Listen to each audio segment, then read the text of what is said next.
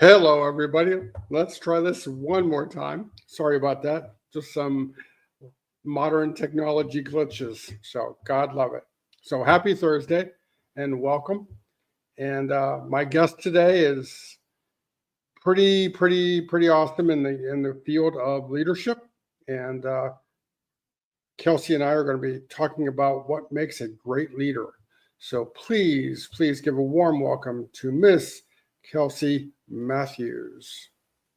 Hello. Hi, Will. How are ya? Good, Kelsey. How are you? I am well. Thank you so much for having me. This is so exciting. So, this is my first podcast of the year. Excellent. Well, you see, nothing hurts the best for the first time. Right.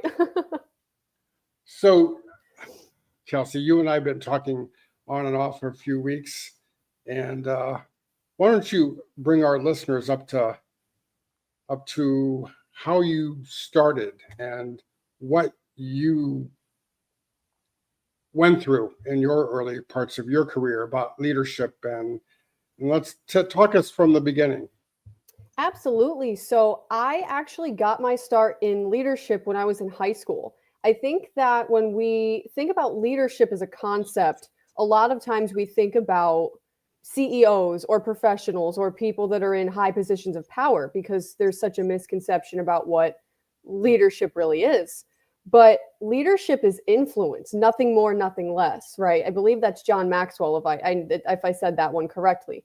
But it's influence. And so all people can have influence. And so a lot of times we discredit high school students or even younger kids about, well, they can't be a leader because what do they know? They're too young or they don't have this experience. But that was my experience when I was in high school. And so I started volunteering at a nonprofit organization. It's a cat rescue shelter and in Connecticut, where I'm from. And I started volunteering there just because I like cats. I'm a cat person. I have two, and I wanted to get involved. So I went there, and I really just wanted to see the kittens.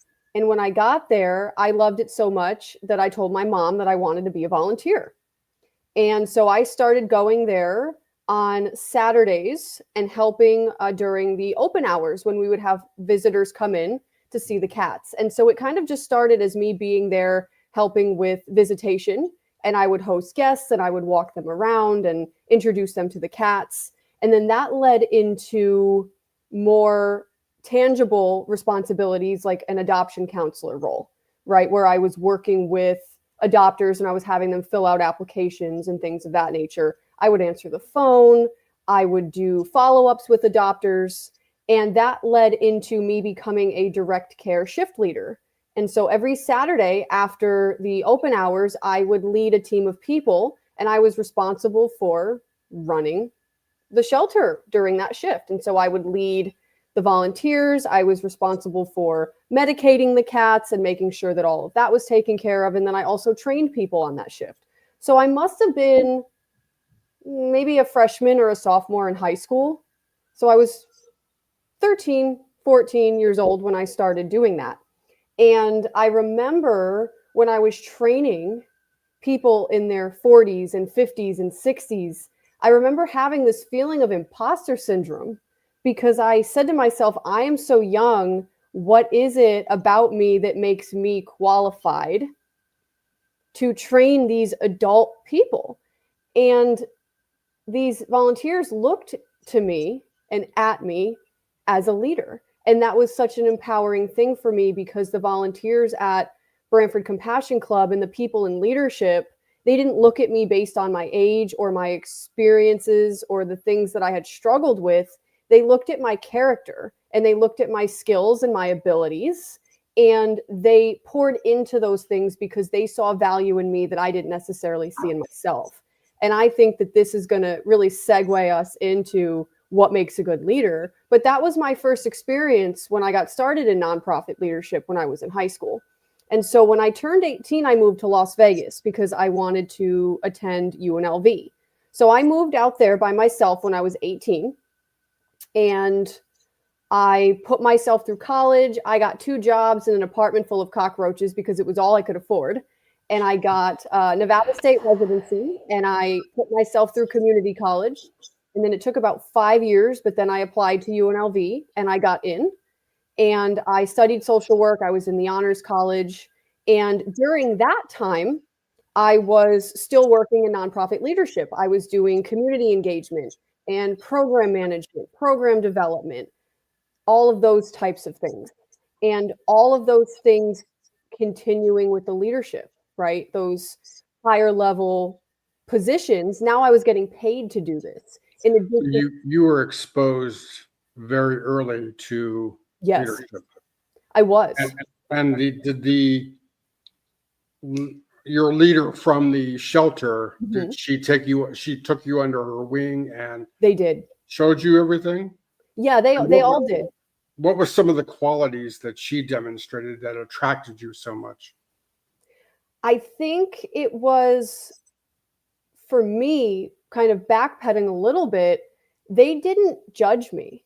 They weren't looking at me as an age. They weren't looking at me as what I had been through. They saw in me this potential, and they were willing to pour into that. There was this level of humility that I saw from them, to where they said, you know, we see you and we think that you have value and we think that you have potential. And so there was a humility that they exuded, and just a willingness to even bother, right? To take me in and take me under their wing. It was the women at the cat shelter that were the ones that encouraged me to move to Vegas. You know, they had said to me, if you can't afford to go to UNLV as an out-of-state student, why don't you just move there? And I said, I can't do that. And they said, why not? I said, well, I don't know how. And they said, well, you find a job and you get an apartment and you turn the lights on. Like, you call the electric company and you call the power company and you tell them to turn the lights on. And so it was that they were motivating me, right? They were encouraging me. They were inspiring me. They were looking at me and saying, no, you can do this. You may not believe in you, but we do. So what was your family's reaction to all of this? Well, that's quite a fun part of the story. So another part that I always like to teach on and talk about when it comes to leadership is understanding that there are so many different spheres of influence that one can be a leader in. And that does include the family system, the home unit.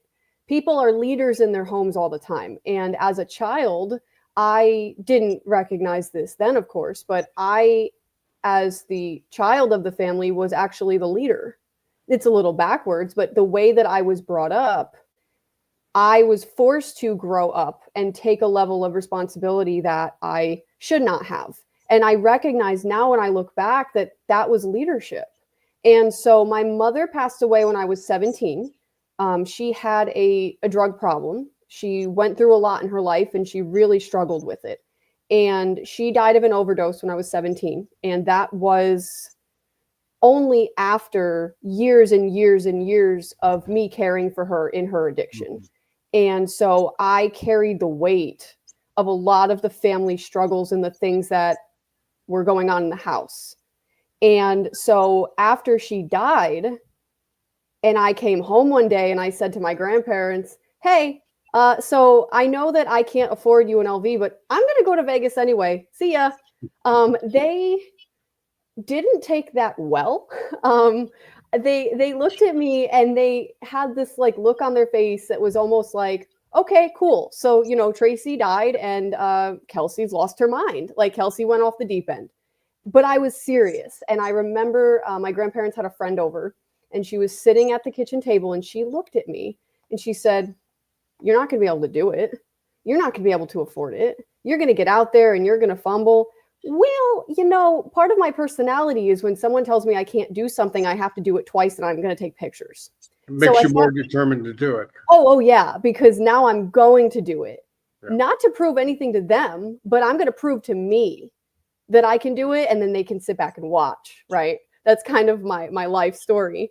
I'm the underdog. You hear the story of the underdog. My life circumstances don't point to me being where I should where I am right now. I shouldn't statistically or logically be where I am. And so I got on my one-way flight that I already had booked because I was supposed to be going to the school. And I went out there and I did it. And so they told me later on that they didn't think I would last 6 months. They gave me, she'll be home in 6 months. And I think I went out there so boldly because I knew, like, if it didn't work out, I could come home. But I also knew that I had nothing to lose. And I ended up out there for 7.5 years. So they were skeptical at first. I don't think it's that they weren't supportive. I just think that they were obviously concerned that their 18-year-old granddaughter and loved one was just going to go off to Las Vegas and, live life. But it ended up being one of the greatest things I ever did. So you're out of state. You have really no support system in this new place. You're going to school. What, again, drew you to leadership? So when I was working in leadership positions, I didn't recognize that was what I was doing. And a lot of the times, and life is like this, I believe that the things that we go through that are difficult and painful become the things that you end up being able to be the most influential and impactful in when you're able to overcome them. And so what ended up pushing me into leadership development and, sparking my passion for that was actually seeing abuse and neglect and corruption and really horrible things that went on in different facets of leadership in different institutions. And it enraged me. And so I experienced what I now recognized as institutional abuse 3 separate times when I was in Las Vegas.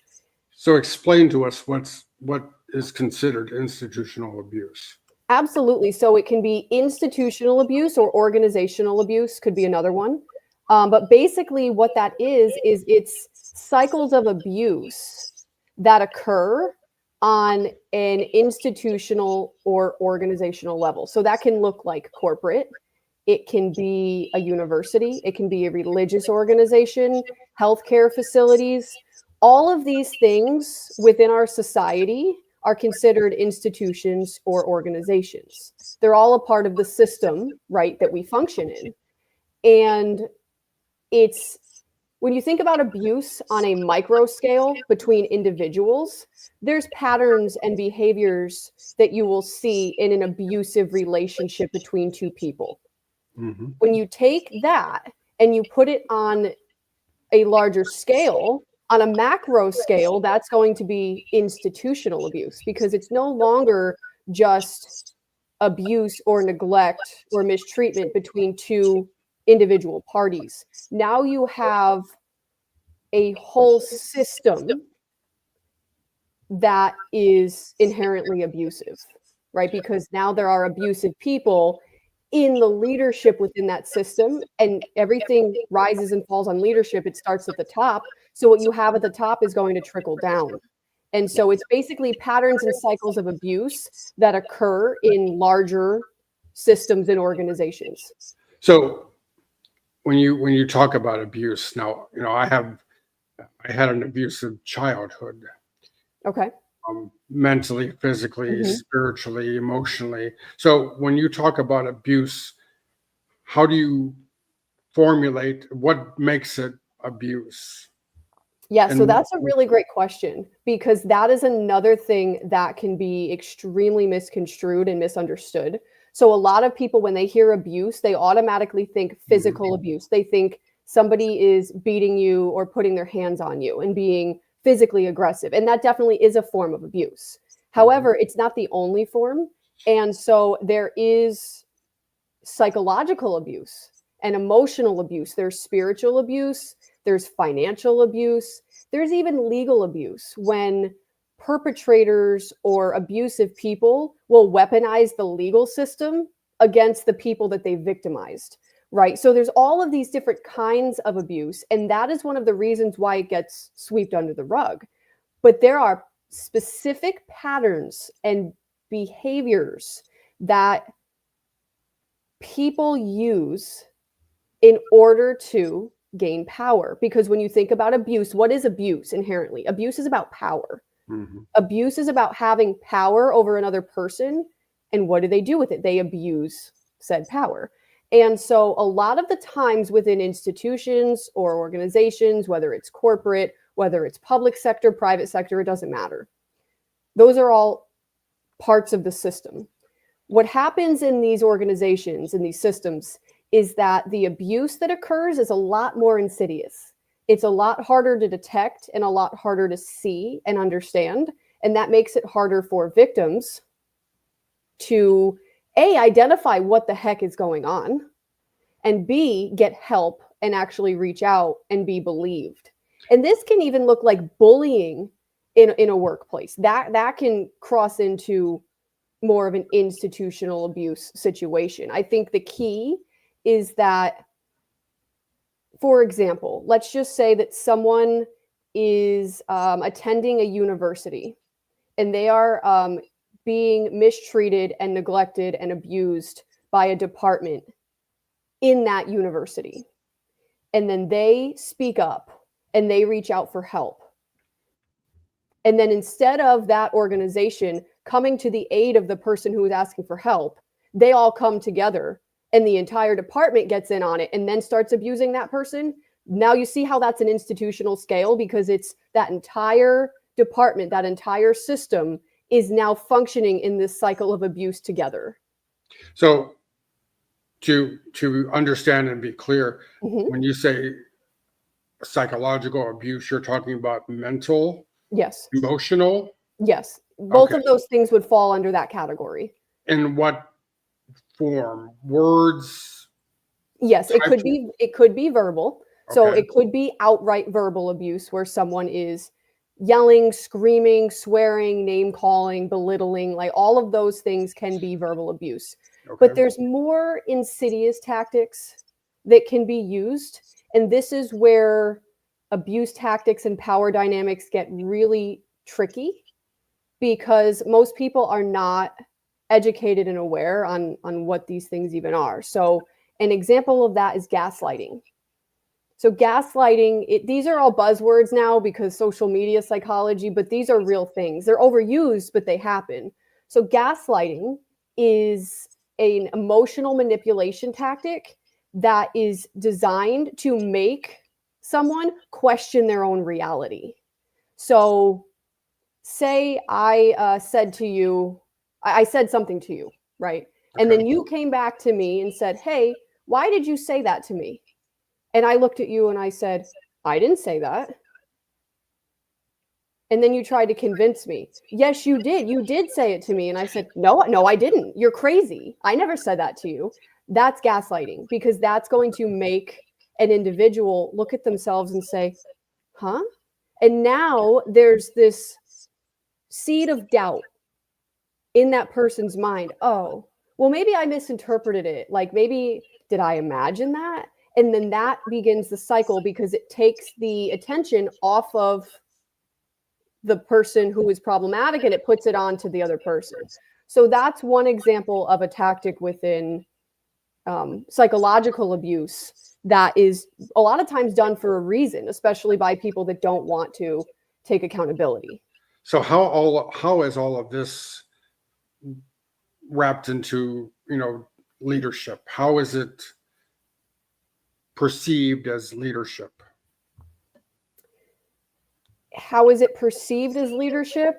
I think that leaders that behave that way are not leaders. I think they're imposters, quite frankly. I think that when you look at narcissism, again, another buzzword, people really love this. Everybody's a narcissist today, right? That is a complex topic, because narcissism itself falls on a spectrum. So there can be narcissistic traits, which we all have some of. For example, I gave a TEDx talk. I had to have a level of confidence to be able to have the ability to step on stage and give that talk. Mm-hmm. There is a ebb and flow to narcissistic traits. We all have some. There is a healthy amount of that someone needs to be able to function. It's when you have too much of it or not enough of it that it becomes problematic. Okay. And so what this really is on a leadership scale, on an institutional scale, is institutional narcissism, because it's the same patterns of behavior and abuse that you would find in a narcissistic relationship, except take that and multiply it and put it on a leadership level, on an institutional level. So there's a difference between, and this is going to get real technical, but there's a difference between like narcissistic personality disorder, which is the diagnosable condition where you have to meet criteria, and narcissistic tendencies or traits or behaviors. And sometimes people can display these because they've been through trauma, because they lack the right skills to regulate their emotions. There's a lot of reasons why people can exhibit these behaviors. Just because people struggle with some behaviors doesn't mean they're a narcissist. Mhm. However, the problem in systems is that, first of all, unfortunately, most people that get to CEO level positions are highly narcissistic. It's unfortunate, but there's a lot of that that's found in corporate organizations. And unfortunately, when people are working in leadership roles and they're exposed to these behaviors in these environments, it can actually corrupt other people. Mhm. And then they can start behaving in that way out of sheer survival, out of I need to conform to fit in, or I need to conform so that I can survive in this system so that I can get promoted, because most of the time it's bad behavior that gets promoted. So when you ask about leadership, I don't see people who behave in those ways as leaders. There's a difference between a manager and a leader, but Mhm. I don't believe that that type of behavior actually has any place in leadership whatsoever. So do you believe that there's a natural leadership ability in Yeah, some people? I do.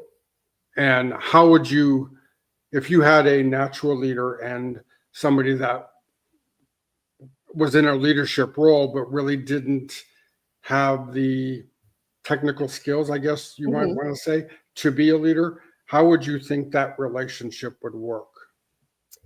I think it depends on the intent and the motivation of individual B, who maybe is lacking in some of those leadership skills, if you will, because that's what leadership is. Leadership is skills. Mhm. Leadership can be taught. That's why leadership development exists. That's why coaching and consulting and all of those things for leadership is present.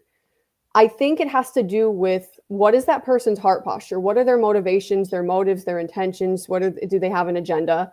Because just because someone maybe is lacking in some leadership skills or needs to work on some of those things doesn't mean that they're not teachable, that they can't be coached and that they can't grow in that area. So I think that that's going to be determined by the two people who are involved in that dynamic. If you have, and I'm just going to use myself for example because this has happened to me, I have always been told by so many people that I was a natural born leader, that I had these qualities and I had this ability to influence people and all of these different things. And it's shown in my life. My first job straight out of college was a management position or a nonprofit. I stepped right out of my undergrad into management. But I think that it just depends on the person who is on the other side of me or on the other side of that individual. Because if you're dealing with someone who has good motives and good intentions and and open and authentic, and they can be accountable and be willing to receive feedback and engage in dialogue, then you shouldn't have an issue. However, in my experiences, when I have ended up on the receiving end of leaders or working with people in different positions who were not authentic, I'll use that Mm. word, Okay. or who had an ulterior motive or were in that role for the wrong reasons, or who couldn't receive feedback or all of those things, that doesn't go well because I automatically pose as a threat to that person. A lot of times, people who have a fragile ego can't tolerate other perspectives. They can't tolerate other opinions.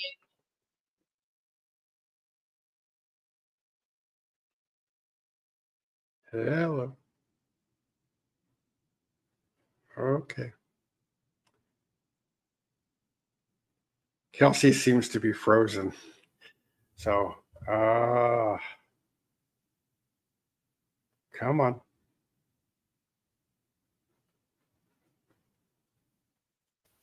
Oh, are we back? Hey, we're back. There you go. I'm not sure what happened. Anyway, sorry. So, okay. A lot of times people would perceive me as a threat. And that So- ended up becoming a very toxic dynamic. In your opinion, what makes a natural born leader? What do they display? How do they behave that makes them that way? To me, people who are natural born leaders care about people. They genuinely, wholeheartedly care about people. That's what leadership is all about. It's about people. It's about influencing people and impacting them and pouring into them and helping them grow. I think for me, it started with my love for people and my love for humanity and my genuine desire to make a difference, to make an impact. With that authenticity and that genuineness and intention, you develop character. Mm-hmm. Character is hard to teach. You can teach leadership skills. You can teach people how to lead people and do certain things. You can be a decent person, though. And that's where I see the problem come in, because I wholeheartedly believe that people who genuinely care about other people and are in something for the right reasons, and they take a pure hearted approach to things, that character. So character is very important. Being able to be accountable, caring about how you impact other people, wanting the best for the people that are around you. All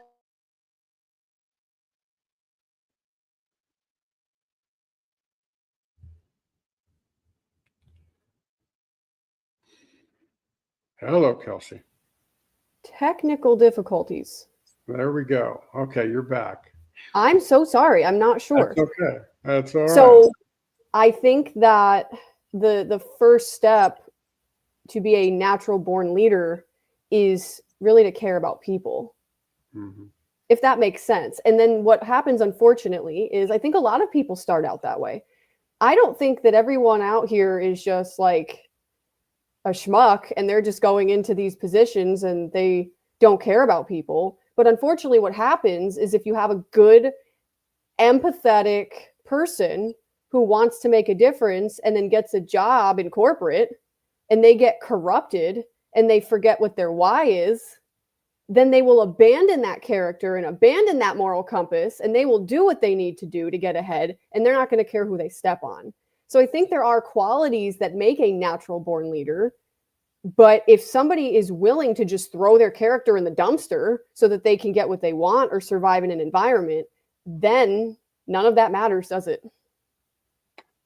No. And why do you think having a why is so important? Having the why determines the motive. Everything in life is about motive. Everything in life is about intention. You can be in a relationship with somebody and you can fight with that person until the cows come home. But what is the intention?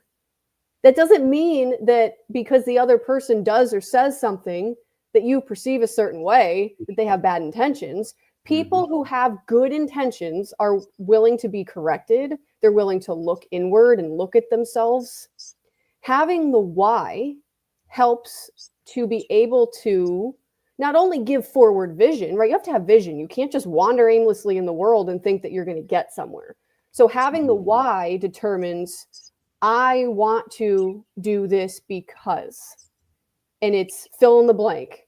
I want to go into this position so that I can impact people.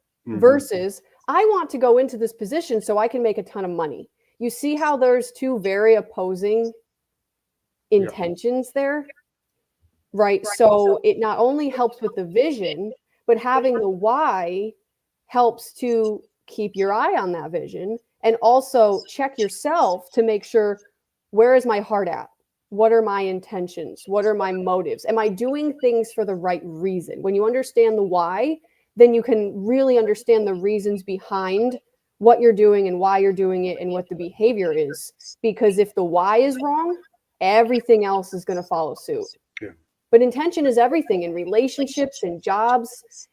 If somebody has genuinely good intentions, there's room to navigate difficult situations and work through conflicts. If someone has malice or they have bad intentions, good luck working anything out or making any kind of forward movement, because again, it's about that why. Do you think a person's why changes as they grow through It can. life? It can. Okay. It absolutely can. It can change for the better. It can change for the worse. There's people that start off in certain positions or certain fields because they have a why of wanting to make an impact. You could have someone that becomes a professor because they genuinely care about the students that they want to teach and that they want to mentor and nurture and help grow into successful adults and professionals. But if that professor is in a corrupt environment, a toxic environment in a corrupt system for 20 years, and then all of a sudden they decide that they want to become dean, and they don't care how they need to do that, and they're willing to step on those students to get that job. Well, see how that started out with a good why, and then that why became distant or tainted by the environment that that person was in. Or someone could start off with a why that is maybe more self-centered in nature, and they can realize somewhere down the line, oh, I don't really like what I'm seeing. I don't really like my behavior. I don't like what I'm displaying.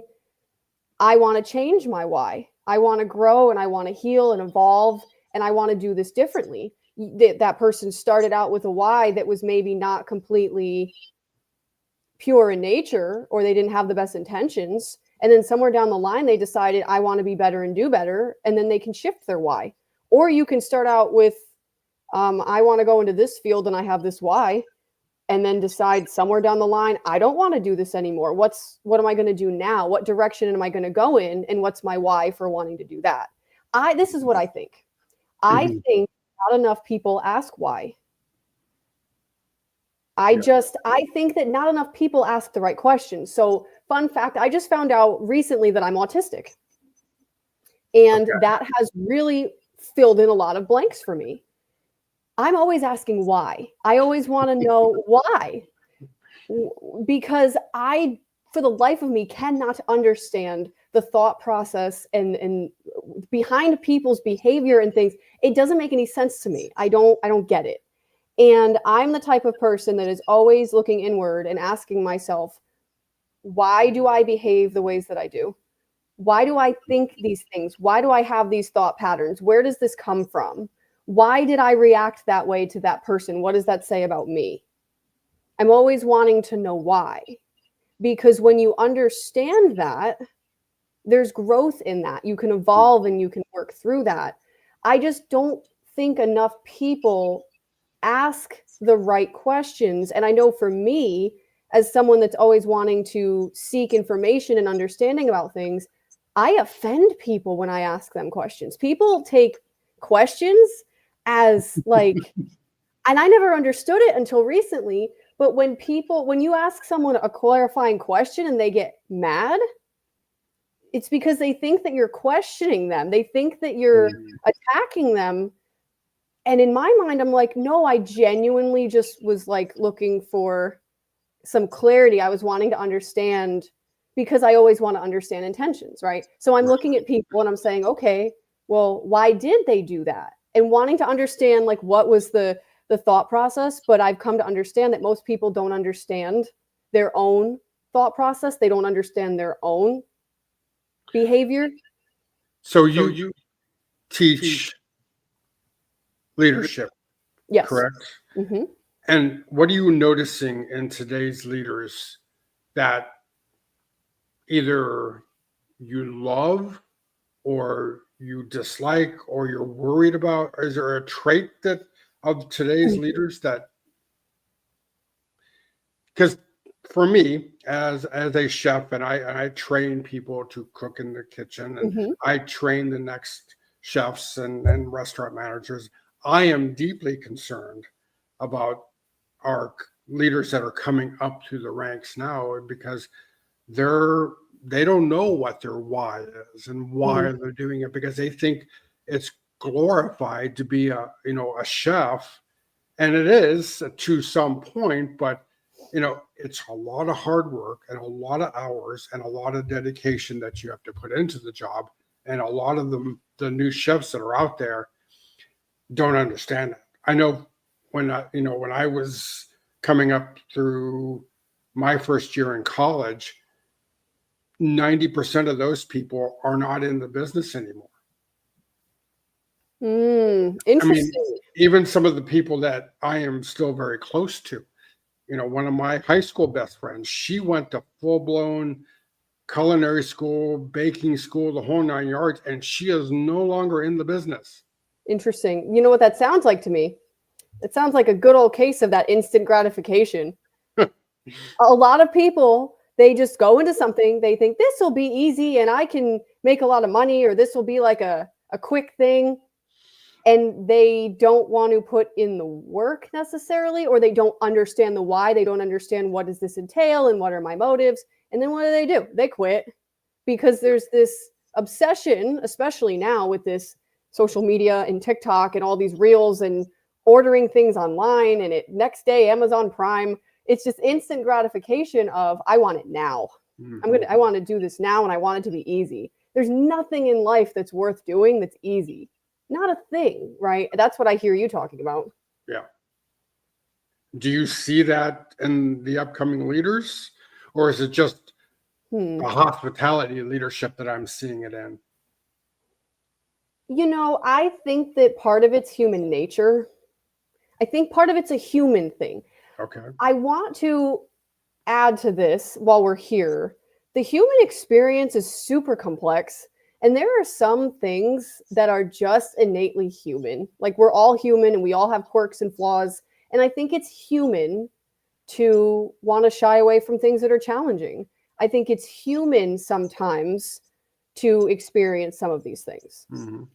I think it's definitely more prevalent in, I think, some of the upcoming generations, and that gets into a whole generational conversation, and we can go down a rabbit hole with that. But I think it can happen to anyone in any field at any age. However, I do think it's going to be more prevalent with people that are younger and they're like going into different career fields. There was a long time where there were generations that they would take a job and they would be in that job for 30, 40 years, whether they liked it or not. You just got a job and you did your 9 to 5, and then you retired and you went on your way. I definitely think it's more prevalent for a lot of factors now with younger people who are going to college or picking a career path, or again, their intentions are wrong. If someone's intentions are, I'm going to go into this because I think this could be easy and I can make a ton of money, and then it doesn't pan out the way that they want it to, or they didn't do their research, it's super easy to dip out and move on to the next thing, and then have the same problem with the next thing and the next thing, because they don't know what their why is. Right. So you did a TED Talk. I did. How difficult was that from start to finish to actually do the TED Talk? I don't want to sound any type of way when I say this, but it wasn't very difficult for me. It wasn't the act of doing it and the process of doing it that was difficult. It was more the emotional piece. Mhm. for me that was difficult, but that's because of my subject matter. But as someone that's done pageants for a really long time, speaking is something that I've always done. It is something that I've always done well. It's a skill and ability that I have. It's a gift that I have. And my TED Talk actually started out as an article that I wrote about institutional abuse and Okay. institutional leadership. And I wrote this when I was at UNLV. And the situation at UNLV was the third and final case of institutional abuse that I found myself on the receiving end of. And it was really, really bad. And I, at that point, had recognized a pattern. I recognized two patterns between the healthcare facility the first time, the religious organization the second time, and now the academic department the third time. And I say department because it wasn't the whole university, it wasn't the whole school. I Mhm. still tied to UNLV. I'm still on their board. I value them.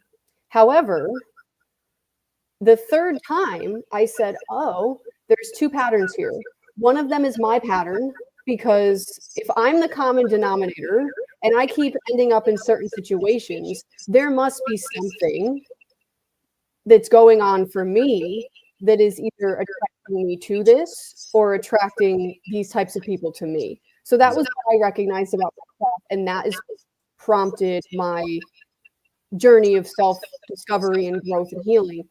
But the second pattern that I recognized was, oh, this is an institutional problem. This is happening in these institutions across the board. This is a pattern. And I started doing a lot of research on leadership and different things. And I wrote an article. It was a call to action for institutional leaders. And it was talking about integrity. When did integrity become such a lost virtue? And abuse is just normalized in society, but people are lacking integrity. And I didn't really plan on doing anything with that article, but after I wrote it and I published it and I read it back, I was pretty surprised that I had written that. I read that back and I said, wow, I actually think that I'm onto something here. And when TEDx UNLV, ironically enough, was looking for speakers, I I decided that I was going to throw caution to the wind and say, hey, you know what? I'm going to move away anyway. Let me just I might as well say it. I tried to work with them. I tried to reason with them and leverage with them, and let's sit down and come to the table like adults and have dialogue so that we can work through this. That's what leadership is. And they didn't want to, and they just kept playing whatever games that they thought that I didn't know that they were playing. And so I applied to TEDx UNLV based off of this article that I wrote. And I softened it and I focused it on leadership. I didn't think they were actually going to pick me. Okay. Well, that's a good way of looking at it. So I took that article as the inspiration and I softened it and I kind of turned it around. So it was less about abuse and more about leadership development and empowerment and servant leadership and love. It was called Transformational Leadership, the Power of Love to Change the World. And I spent the beginning part kind of setting up the scene, talking about, a little bit about my experiences with institutional abuse, including at the school. And then I gave, background information on this is what institutional abuse is and this is what it looks like. I did the groundwork for the theory of servant leadership, which was from Robert Greenleaf and the Greenleaf Center for Servant Leadership. So I built that up and I gave all of this background information. And then I went into the call to action of what if we approached this differently? What if we looked at our respective roles through a lens of loving people, genuinely loving people, not based on society's standards of love, but that is pure and it's sacrificial and it drives us to honor others as ourselves? What if we embraced empathy and compassion and kindness and respect and accountability and all of these character traits and these qualities that I don't understand where the deficit is, because to me, it doesn't feel like rocket science, but we are lacking this in society because we live in a system and a society that is built on this narcissistic, corrupt, toxic, hierarchical mess that we're literally living in and seeing happen around us. So that was the inspiration and kind of the backstory of giving the TEDx. And I loved every second of it. And as I went through that process, of course, the hardest part for me was the trauma. And of course, understanding that I was about to do something really, really ballsy and like really bold, that I was going to get up on their own platform and say, hey guys, this was wrong. Don't do that. You can't do that to people. That I was going to kind of go toe to toe with a major institution and say, hey, I saw that. Don't do it again. Kind of like a slap on the wrist. They weren't expecting that. And so there was a lot of emotional labor and healing and processing that went on for me. And it was working through the trauma and having to relive some of that. So that was the hardest part for me. But the actual act of doing it was exhilarating. It was thrilling to me. I loved it. And that is what put me on the path that I'm on now. Because when I was done with that, I realized I can do this for a living. I can do this, right? I looked back at my career and I looked at all of the questionable leaders that I've worked with, or managers or people that I've worked under who were kind of sometimes mediocre at best. They didn't have the skills. I said to myself, I can do this. I can speak for a living. I can do these things. I have these skills. How can I take all the skills that I have and build something out of it? I can be a leader. I could start my own company. I think I can do it. So that's when I started searching for coaching. And I was looking online and looking for leadership development coaching. And the first thing that came up was John Maxwell. Okay. Wow. Yeah. So what was the end result of your TED Talk? Was it what you wanted, or was there backlash, or was there any, negativity that you received, or was it all positive? I'm not going to say it was all positive, because I know that I'm not going to say it was all positive. I wasn't their favorite person. I think their legal team was running circles in the background somewhere. They're like, get her out of here. I'm like, I'm leaving anyway. Don't worry. There was a lot of positivity though. And there was more than I was expecting. There were people even at the university itself that rallied around me. Good. That were very, I guess, impressed with the bravery that it took. And like I said, I'm on the alumni board. I have a scholarship that I'm working on funding in, ironically enough, the department that I struggled in, right? So I took my experience and I really tried to turn it around and make it positive. My goal was never to be out for myself. My goal was, okay, we've identified a problem. How are we going to fix the problem so it's better for the next students that come after me? And I think that I did get the result that I wanted. If I was just out running amok, I could have just sued them, right? If I was just out looking to get something out of it or get something for myself, there was a lot of things I could have done, but I didn't want to do that. And here's why. I knew it wouldn't get me the result that I wanted, because yeah, that would have helped me, but it wouldn't have changed anything, because they would have ended up saying, here's a non-disclosure agreement and some money. Now leave us alone. I had evidence. They would have just said, please just go away, take what, and just leave us alone. That would have muted me. It would have silenced my ability to speak up enough to see change occur, because change only occurs when people are loud enough to get people to listen. And that's exactly what I did.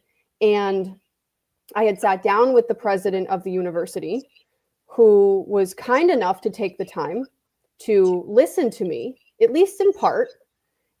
Obviously, people in those positions have an institution to protect and a legal team that is making decisions. And they're going to do that at all costs. They will protect their reputation and their institution, which I don't think is the way that we should do it, but society is the way it is. But I did sit down with him and I did tell him what my experiences were. And he assured me that he was going to work with that department and make sure that that did not happen again. He actually said to me, he's like, I actually can see how this happened because you're a special student. He's like, you're not a regular student. I can see how something like this could have occurred. It's not really the first time that this has happened, right? So obviously there was an issue somewhere, and he took the time to sit down with me with good leadership skills. He sat down with me like a human being. He encouraged me. He listened to me. And I ended up finding out that there were some changes that were made. And he promised me that he was going to be involved with that department and work with the leadership and make sure that the students were taken care of, because he didn't want his students treated that way. And sure enough, over Thanksgiving, I saw a video of the president of UNLV speaking to the students at an event in that department. And that warmed my heart so much, because even if I came out of that feeling like maybe I didn't get the validation or the recognition or the apology necessarily that I would have liked, he kept his word with what was most important. And that wasn't about circling back and following up with me. It was saying, I will not stand for this. I'm going to do my part. I'm documenting this, and I'm going to work with them, and I'm going to put the students first. Seeing him go into that department for their Thanksgiving event and talk to those students and encourage them and make himself available and say, hey, this is my email. I respond to these. If you ever need me, you let me know. That was enough for me, because I did get the result that I wanted, and it was worth it to me because it's safer now for everyone involved. Good. Good. So, Kelsey, wrapping up, tell us what your why is. My why is because I don't want what was done to me as a person who was considered to be vulnerable in some regards to be done to other people. I want, to the best of the ability, right? Because it would be idealistic and unreasonable to think that we can just wipe all of the toxicity out of our systems and our institutions and our corporate world. It's not going to happen. It will always be there. But on a realistic level, my why is because I hope to be able to create as much change as I can and create, at least in part, healthier environments of leadership, whether that is teaching people the right skills, whether it's going in as a consultant and helping leaders in different spheres of influence work through conflict, resolving conflict, or shifting the narrative and the paradigm about how we look at leadership and what that looks like, or exposing corruption and calling people out and educating people on what those abuse tactics are and what to look for. Whatever the case may be, however I do it, my goal is to be able to help do my part to create healthier environments, to bridge that gap between whether it's the public and the institutions, or even the employees and the leaders. Yeah. I want to bridge that gap and do what I can to create environments of trust and respect, and just try, at least, if one other person is saved from the pain and the trauma that I went through because of something that I'm able to contribute, then I'm happy with that. Very nice. Kelsey, thank you. It's Thank been a very you. enlightening conversation, one I hope to continue. Yes, of course. And, yeah, thank you very, very much. Thank you. I appreciate you. You're welcome. And have a great, amazing rest of your Thursday, and we'll talk soon. You too. Thanks so much. You're welcome. Bye-bye. Wow. I don't know about all of you, but I certainly learned a few things today. And yeah, so don't be afraid to ask why and know your why. My why is I want to change how people look at food. I want to change how they feel when they eat. Don't just eat because you're sad or you're lonely or anything, but eat because you want to enjoy it. That's part of my why. And the other part is I just want to change how we look at ourselves and the people around us and realize that we all have things to share. None of us are perfect, and we all have big hearts. And I know I do. But take the time to look and listen to the people around you and take care of each other. Show some love. So I'll talk to you all next Thursday, and hope you all have a great weekend and the rest of your day. And much love to you all. Have a good night, everyone.